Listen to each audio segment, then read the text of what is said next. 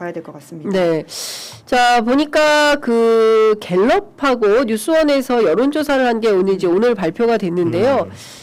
차기 대선 후보 선호도 조사에서 이재명 후보가 50%를 넘었네요. 그리고 김문수 후보와의 격차가 무려 20%포인트 차이가 나는데 이 흐름은 계속 이어질 거라고 전망하십니까? 그리고 실제로 이제 민주당에서 생각하는 그림은 이제 역대 격차, 그러니까 2007년에 그 정동영, 이명박 격차 이상으로 물론 표수는 이제 문재인 전 대통령이 당선됐던 2017년이 가장 이제 표수로서는 격차가 컸는데요. 퍼센트 포인트로 본다면 2007년이 가장 컸다라고 합니다. 근데 이제 그때 이상으로 재현되지 않을까라고 하는 그 바람을 가지고 있고요. 사실 민주당에서는 50일 이상을 기대하면서 이번 선거를 띄워서 결과를 이뤄내야지만 앞으로의 5년 동안 소위 말하는 내란 종식이라고 하든지 그 국민의힘의 어떤 재편에도 도움이 된다 이런 생각을 하고 있는 것 같습니다. 자, 뉴스원에서 갤럽하고 여론조사를 했는데요. 주요 인물에 대한 호감도 조사를 했는데 그동안 맨날 이제 이재명 후보에 대해서 비호감도가 높다고 했었는데 호감도 1위가 이재명 후보네요. 48%, 김문수 후보가 35%, 이준석 후보가 28%고 비호감도가 제일 높은 분이 이준석 후보네요. 그러니까 확실한 그 비토층이 있다 보니까 이제 그런 지점이 있지 않을까 싶은데요. 이번에도 10대 공약에 있어서는 여성가족부 폐지 등을 들고 나오면서 소위 말하는 젠더 갈라치기 이야기를 다시 꺼내는 듯한 점에서도 여러 딱 확실한 비토층이 있어 보이고요. 그러니까 지금 이번 선거에서 또 성평등 지난 이제 광장에 또 많은 여성분들이 나가가지고는 목소리를 냈었음에도 불구하고 그게 잘 비춰지지 않는다 이런 지적들이 있지 않습니까? 특히 이제 민주당에서 그런 이야기를 이렇게 주춤주춤하고 있을 때 오히려 이준석 후보가 그걸 적극적으로 공세함으로써 가져가려고 하는 표가 있는 것 같은데요. 오히려 그것이 역효과를 또 드러내는 지점이 분명히 있어 보입니다. 기본적으로 선거라는 거는 상대적이지 않습니까? 당의 선거에서 누구랑 경쟁하느냐가 중요한 건데 솔직히 죄송한 말씀입니다만은 김문수 후보나 이준석 후보 같은 경우에는 기본적으로 선거 그 레이스를 하기까지 너무 이제 안 좋은 소식들이 많았던 것 같아요. 예를 들면 이준석 후보 같은 경우에도 지난 이제 예를 들면 과거의 선거들을 비춰보면은 청년을 상징하는 뭔가 그 세대를 대변할 수 있는 참신함이 있었는데 그 명태균 게이트를 겪게 되면서 본인의 이미지 자체가 굉장히 흔들리게 된 것이죠. 그런 상황에서 또 천하용인의 대표주자라고 할 수 있는 허은하 그 전 대표 같은 경우에도 개혁신당을 같이 만들고 같이 시작을 했는데 그에게 또 칼을 댔습니다. 그런 상황이 처하다 보니까 이준석의 정치라는 것이 넓게 외연을 확장하고 폼이 넓은 게 아니고 실제로 굉장히 축소지향적이고 자기중심적인 정치를 한다라는 평가를 받게 된 것 같고 지금 지지율이라는 것도 김문수가 사실 저렇게 못하면 보수의 반사이익을 이준석이 받는 게 맞아 보이는데 아까 말한 것처럼 이준석 개인의 이미지가 계속 이렇게 소멸의 길 어떻게 보면 안 좋은 이미지로 가다 보니까 그 반사이익을 이재명 후보가 누리는 엉뚱한 현상이 벌어지고 있는 거거든요. 맞네요, 진짜. 그 3자 간의 구도에서 이준석 후보가 힘을 전혀 발휘 못한 이런 상황들이라는 것이 결국 선거에 나온 후보들끼리 상대적인 그런 여러 가지 진영 싸움 속에서 도드라진 부분이 아닌가 싶습니다. 그러네요. 진짜 그 국민의힘에 질리거나 이건 아니다 싶으면 보수 기본 토대는 보수니까 그게 고스란히 이제 이준석 후보에게로 가야 되는데 그게 아니라 이재명 후보에게로 가는 거니까 전략적으로 보면 이준석 후보의 전략은 좀 실패다 이렇게 볼 수가 있을 것 같고 또 하나 단일화에 대해서 물어봤어요. 뉴스원 갤럽 조사에서. 그런데 단일화하는 것이 좋다 38, 단일화하는 것이 좋지 않다. 가 43입니다. 이건 어떻게 살펴봐야 될까요? 어떻게 분석해야 됩니까? 그 디테일한 그 안에서의 그 뭐라고 할까요? 그 진보 보수 중도의 표심을 좀 확인해봐야 될, 특히나 연령별로 봐야 될 부분들이 있다라는 생각이 들긴 하는데요. 특히나 이제 국민의힘 안에서도 이준석 후보에 대한 비토감이 확실하게 있는 것도 있거든요. 그 대구 가서 보셨던 것들도 있을 텐데요. 그런 차원에서 그리고 특히나 이제 이준석 후보 같은 경우에는 그 화학적 결합이 얼마나 될 수 있는지에 대해서 그 가지고 있는 부분도 있어 보이기도 합니다. 그렇군요. 그리고 단일화라는 게 기본적으로 이제 그 명분이 없는 단일화지 않습니까? 김문수와 이준석을 같이 토론을 하고 논쟁을 한다고 생각해 보십시오. 기본적으로 계엄에 대한 입장차, 탄핵에 대한 입장차 건널 수 없는 차이거든요. 그렇기 때문에 단일화를 한다고 하면 이퀄 정치 공학이 될 것인데 결국 그것이 단일화를 만약에 한다고 하더라도 이준석에게는 심대한 마이너스가 되는 겁니다. 만약에 이준석이 이번 판국에서 10%가 안 나올 것 같다고 해서 김문수 후보의 손을 들어주는 순간 이준석의 정치는 끝이 난다고 보여지는 것이고 반대로 김문수는 그래도 기사회생할 수 있는 기회를 얻게 되는 것이기 때문에 정치적 득실의 문제로 봤을 때 이준석이 단일화를 선택하기는 굉장히 어렵다고 보여집니다. 아, 그렇군요. 어쨌든 지금 이번 대선에서 단일화는 사실상 물 건너간 거 같고요. 네. 어려울 것 같고 한다면 김문수 자유통일당 우리 공화당 게다가 지금 황교안 후보가 황교안 나와요. 그렇게 부정선거와 극우로 이렇게 단일화 가능성이 있고 이제 이준석은 이준석대로 3파전 가능성이 굉장히 높은데 이게 15%가 넘어야 전에 다 받고 받는 그리고 것이고 10%가 오면 절반.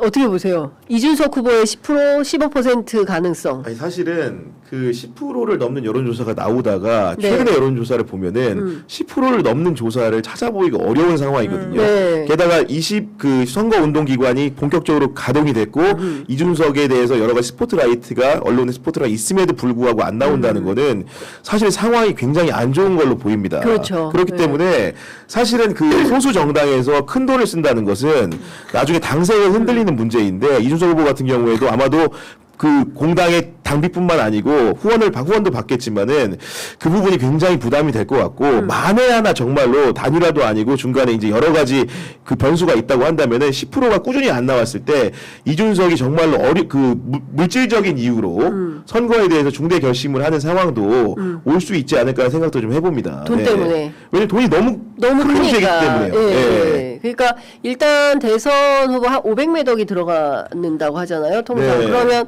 그 돈을 다 그 비용 때문에라도 단일화 안 할 수가 없는 상황이 될 수 있겠다. 네. 김은지 기자님은 어떻게 보세요? 예, 근데 이제 이준석 후보 쪽에서 바라는 거는 그래서 남아있는 18, 23, 27 TV 토론인 것 같아요. 네, 네. 그러니까 지금 정확하게 날짜를 27까지 맞췄는지 모르겠는데 네. 남아있는 27 맞네요. 예, 18, 23, 27 이렇게 세 번의 TV 토론을 통해 가지고 본인이 그 반전을 좀 이끌어내 보겠다라는 생각인 것 같고요. TV 토론으로. 예, 실제로 김문수 후보가 붙었을 땐 본인이 경쟁력이 되게 높다 이렇게 생각하는 것 같습니다. 그래서 김문수 찍으면 사표된다 이런 얘기 네, 하는 그래서 거죠. 예. 이게 누가 지금 1등, 3등이지 2등이 지금 확실히 알겠다. 하지만 1등, 3등은 누군지 모르겠다. 이런 식의 이야기까지 하고 있는 거잖아요. 예. 이제 그런 차원에서 김문수 후보의 표를 가지고 와야 되는 이준석 후보 입장에서는 아마 적극적으로 그때 본인의 마지막 어필 시간이라고 생각하는 것 같고요.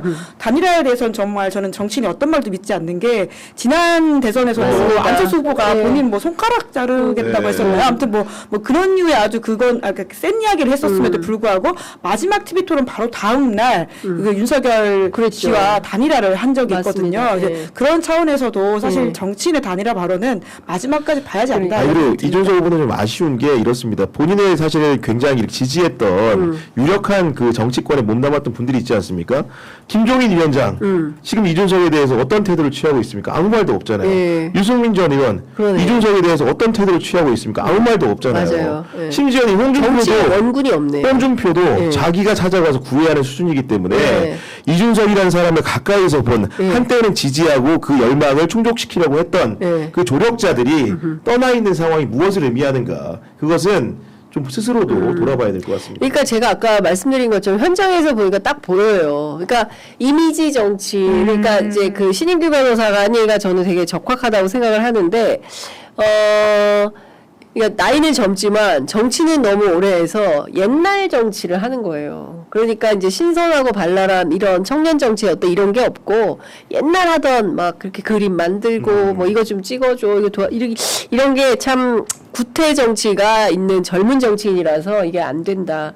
그 여가부는 뭐 이렇게 여가부 없애라고 그래요. 그게 뭐 이렇게 중요하다고. 그러니까 지금 이게 캐치올 파티가 아니라는 걸 거기서 보여주는 것인데요. 그러니까 그 정도의 지지율을 가지고 일부라도 규합해야 된다라고 하는 것이 지금 이준석 후보의 전략인 것이고요. 이제 그런 이야기를 하면 일부 결집되는 새가 있긴 있거든요. 그러면 15% 넘어요? 그렇게 그러니까 한다고? 결국 그 15% 넘지 네, 못할 네, 테니까요. 이게 네. 그런 점에서 결국은 지금 이준석 후보는 정말 제3당의 후보로서의 면모밖에 보여주지 못하고 있다라는 네. 전략상으로도 보이는 게 있는 거기에 거죠. 더해서 지금 사실 좋은 그 뭐 물건이라는 표현이 그렇지만은 예. 이 판에서 결국은 이제 새로운 인사를 영입하는 게 중요한 건데 이준석 후보가 영입한 인사가 누가 있죠? 기억이 안 나잖아요. 그럼 이 상황에서 보면은 김상욱 의원이 국민의힘을 탈당해서 나왔습니다. 어떻게 보면은 본인과 비슷한 사유로 나온 것으로 보입니다.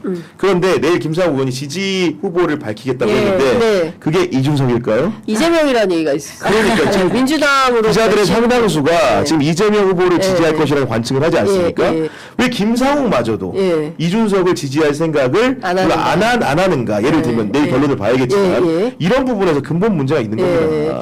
제가 알기로도 김상우 의원은 이제 민주당으로 이제 지지한 입장을 정하는 것 같다는 것 같습니다. 그러니까 이제 조합을 해보면 전 두 가지인데요. 하나는 이제 보수 대한민국의 보수가 사실상 파국이다, 끝났다. 네. 보수라고 할 수도 없다. 그러니까 극우의 어떤 이익 집단만 남아 있는 것이고 제대로 된 보수 정당이라고 할 만한 것은 비어 있다. 그렇기 때문에 민주당이 확장해서 운동장을 넓게 쓰는 방식으로 더 큰 정당이 됐다. 이제 이런 거고 또 하나는 진보의 아쉬움입니다. 이제 예전에는 이제 진보 포션이 있었고 이 3당의 역할을 진보가 했었는데 지금은 이제 그게 굉장히 미약하지만 이준석이라는 보수 정치인이 이제 3섹터를 네. 점유하고 있는 현실. 이 부분에 대해서는 진보가 조금 더 적극적으로 좀 활약할 필요가 있겠다라는 말씀을 좀 드리고 58분인데요. 제가 이것 좀 여쭤볼게요. 홍준표 시장이 준표형. 그거 좀 올려주세요. 네. 오늘 권영세 권영세. 전 비대위원장과의 설전 그러니까요. 네, 인성이 그 얘기 문제 좀 있다 해주시죠. 이런 네. 이야기를 오늘 아침에 올린 건데요. 네. 그러니까 지금 아까 저희가 한참 이야기했던 홍준표 씨과 관련되어 있는 여러 가지 이야기가 있지 않았습니까? 거기에 대해서 심지어는 홍준표 전 시장이 윤석열 씨를 향해서 악담을 퍼부으면서 이재명 나라에 살아봐라. 네가 했던 거 10배 넘게 당할 것이다. 뭐 이런 식의 글을 썼다가 삭제까지 하는 일이 있었어요. 이제 그러다 보니까 관련한 이야기가 본인의 지지층 플랫폼에서도 나왔었고 그 이야기에 대해서 굉장히 불편한 심경을 권영세 전 비대위원장이 한 거죠. 그러니까 이런 거 보면 볼수록 느끼는 게 지금 국민의힘은 대선을 치르는 게 아니고 전당대회 하고 있는 것 같아요. 그러니까, 예. 자기들끼리 싸우잖아요. 내가 지금 그러니까. 대표되겠다고 호소하는 것 같이 홍준표의 워딩, 권영세의 워딩 누가 어디 대선이라고 짐작할 만한 단어들이 있습니까? 국민이 없어요, 국민. 그러니까 서로를 향해서 없어요. 헐뜯고 예. 서로를 향해 경쟁하는 상황 아니겠습니까? 서로를 향해 바른 말 하고 있는 거죠. 이럴 때만 나오는 그러니까. 팩트체크 모멘트. 홍준표 국힘 다시 오라는데 정남이가 떨어져서 근처에도 가기가 싫다라는 것이고 타고난 인성. 국힘과 절연 선언한 홍준표의 권영세 타고난 인성 어쩔 수 없다 보다 타고난 인성. 인신 공격을 막 하고 있는 겁니다. 이거 보고 누가 표를 그런데도 또 이 와중에 TK, PK에서 또 국민의힘을 지지하시니 그러니까 저는 결국에는 다시 돌아서 언론개혁 해야 됩니다. 대한민국 언론개혁 해야 되고 진짜 제대로 된 그 국민의 여론을 정확하게 전달하는 그런 언론의 기능과 사명이 필요하다. 너무 정치적으로 그래도 자기 유불리에 굳이 따라서 그냥 이렇게 약간 그 첨가물처럼 얘기하면은 그래서 재밌긴 하다. 할 얘기가 좀 생긴다. 그렇죠. 네. 네, 큰 웃음 주시고 큰 계세요. 웃음 주고 있다. 네, 네. 그렇습니다. 네. 국민의힘이 없으면 우리가 뭘로 얘기하겠습니까? 네, 오히려 진짜 보수 정당 안에서도 이번에 좀 제대로 혼나지 않으면 이게 개혁하기 힘들다라는 이야기를 하는 사람들이 많아요. 이제 네. 그래서 서로 니 탓이다라는 이야기를 하고 있긴 하지만 본인들도 압니다. 진짜 아직 바닥 안 쳤고 저 대선 이후가 진짜 바닥 치는 것이고 그 바닥에서 어떻게 수렁을 나오실 건지가 핵심인 것 같게 보이긴 하는데요. 지금으로서는 아직 나오는 이야기들은 아직도 바닥을 덜 쳤다 이렇게 봐야 될 것 같습니다. 그래요. 아직도 더 땅굴 파고 지하로 내려가야 됩니까? 왜냐면 이게 안 좋을 때 더 안 좋아지거든요. 네. 선거를 패배할 거라는 전망은 분명히 본인들도 알고 있는데요. 막상 패배의 성적표를 받아들고 그 숫자를 가지고는 치열하게 다시 싸울 것이거든요. 네. 그런 차원에서 이후에 그리고는 그 당무 우선권이라고 하는 그 김문수 후보의 당무 우선권은 그 대선 후보가 박탈되는 그 순간 사라집니다. 그러면 여전히 권성동이 원내대표로서 이 당의 비대위 체제를 끌고 가게 될 것이고요. 네. 그 상황에서 과연 전당대회가 무사히 치러질 수 있을까? 당권 다툼으로 서로의 이해관계와 생각이 다르게 네. 된다면 저는 한동안 비대위 체제 계속해서 갈 수도 있다고 봅니다. 그럼 더 바닥이겠죠. 마지막으로 이거 하나 좀 여쭤보겠습니다. 오늘 아침 그 MBC 라디오의 전현희 네. 지금 현 최고위원이죠. 최고위원. 아직도. 네. 국정원이 이재명 부산 테러의 배후로 의심된다. 당 차원의 공감대가 있다. 이제 이런 얘기를 하셨네요. 자, 이것은 어떻게 봐야 됩니까? 왜냐하면 지금 민주당에서 가장 신경 쓰고 있는 게 마지막으로 남은 것은 물리적인 테러, 암살. 이거를 생각하고 있을 개연성이나 가능성이 높다. 왜냐하면 이 사람들은 늘 상식을 뛰어넘는 내란을 벌인 사람이기 때문에 그때 테러 배후 규명 공범 부분에 대해서 제대로 수사하지 않고 넘어가는 바람에 계속 지금 이재명 후보 테러 얘기가 나오고 있는 거 아니냐, 라는 우려를 얘기를 했어요. 당시에 그 총리실 대테러 센터가 경상이고 출혈도 아주 적다 이러면서 축소 왜곡하는 문자를 발송했던 네, 점, 네. 그리고 이재명 대표의 의료 헬기 특혜 요렇게 이제 프레임을 그 변질시킨 점, 이런 등등으로 볼 때 그때 테러 사태에 대해서도 당시에 좀 다시 살펴볼 필요가 있는데, 국정원 요원이 부산 테러 현장에 왔다 갔다 했다는 제보가 있었다라는 거예요. 그래서 민주당에서는 여전히 윤석열 정권이 이재명 대표에 대한 테러에 관여한 게 아니냐라는 의심을 가지고 있다라는 건데요.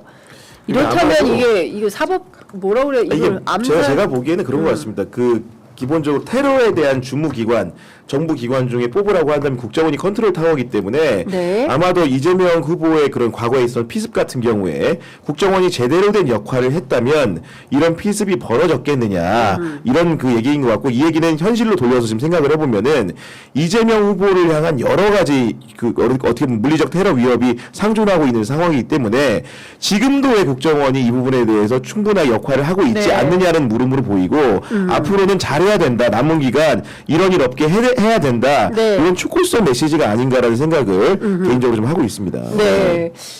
하여간 그 참 민주사회에서 대통령 후보가 방탄조끼 입고 다니면서 선거 그러게요. 운동하는 네. 것도 참 슬픈 거고요.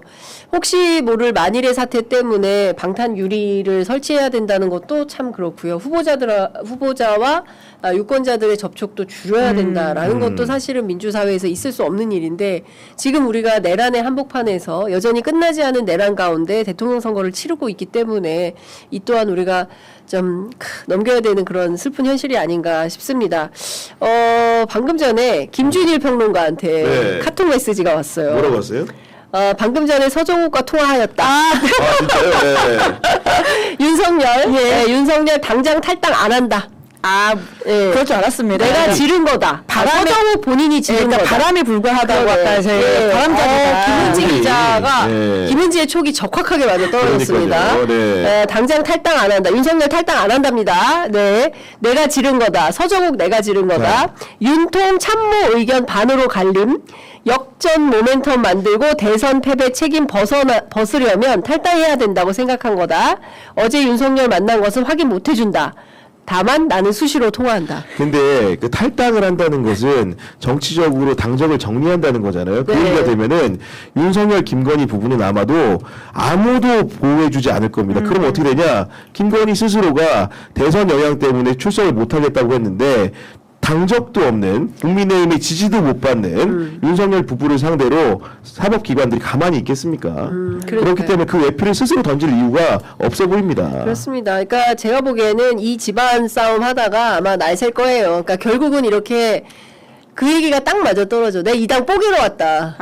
그 대선 전에 그렇습니다. 윤석열 씨가 했던 이야기죠. 예, 그 녹음이 돼가지고 그게 풍로가 된다고 했습니다. 일단은 다 풍로가 됐었는데 예, 예. 이 당 뽀개러 왔다더니 진짜 이 당 뽀개고 떠날 것 같습니다. 예. 그러니까 지금이라도 국민의힘이 제명시키면 됩니다. 사실 제명이 대단한 것도 아니고요. 그걸 못 당을 하잖아요. 이렇게 망쳐놓고 국가에서 직에서 파면당한 8대0의 대통령입니다. 네. 이걸 왜 제명을 못합니까? 그리고는 내란 수괴 혐의로 재판을 받고 있는 사람이거든요. 그러니까요. 이것도 제명 못하면 사실 국민의힘은 다음 페이지를 절대 넘어갈 수가 없는 것이죠. 윤석열 씨 탈당 안 하겠다고 하는 건 오히려 국민의힘한테는 기회입니다. 이번 기회에 탈당이 아니라 제명을 시키면 됩니다. 강제로 예. 네. 근데 그 얘기를 하더라고요. 제가 국민의힘 주요 원외 지구당 위원장들한테 전화를 쫙 돌렸어요. 그랬더니 어떠니 우리 당은 지금 아사리판이에요. 우리 당 아직 안 망했어요.